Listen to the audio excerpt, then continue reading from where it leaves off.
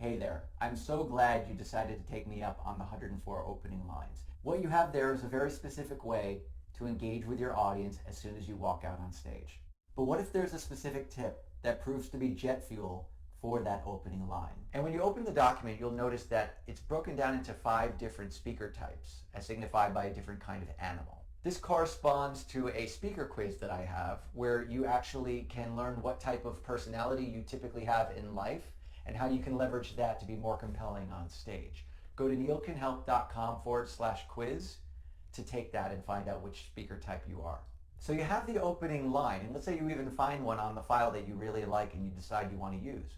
What do you do next? To answer that question, I'll actually tell you a quick story about my client Ashley, who used this opening line technique to get her very first standing ovation. What Ashley and other people whom I've helped to more powerfully open their speeches did to get such amazing results is that they didn't go out on stage and do what most speakers do, which is like visit with the audience. They didn't go, oh, thank you so much for having me, and it's so nice to be here, and whatever it is when people are applauding them onto stage and all of that. The beginning of a talk is like the start of a race. Nothing has happened, so it's like that point right before the gun goes off. It's that high point of tension.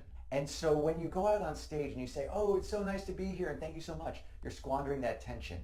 You're talking about giving a talk, how nice it's to be there to give a talk, as opposed to drawing them in right away. So when I say these are 104 opening lines, I mean that there are 104 opening lines. What I want you to do is go out on stage, maybe look at the audience for a second or two, and then just start. Just like that. No visiting, no greeting, just start with like an opening line of a story, for example. Now, it's not just any story. Not all stories are created equal. People talk a lot about the power of storytelling, but what they're not understanding when they just say, oh, tell your story or tell the story at the beginning, is that a certain kind of story is going to be really important for ensuring that people lean in and come to the edge of their seats and want to hear the rest of the talk.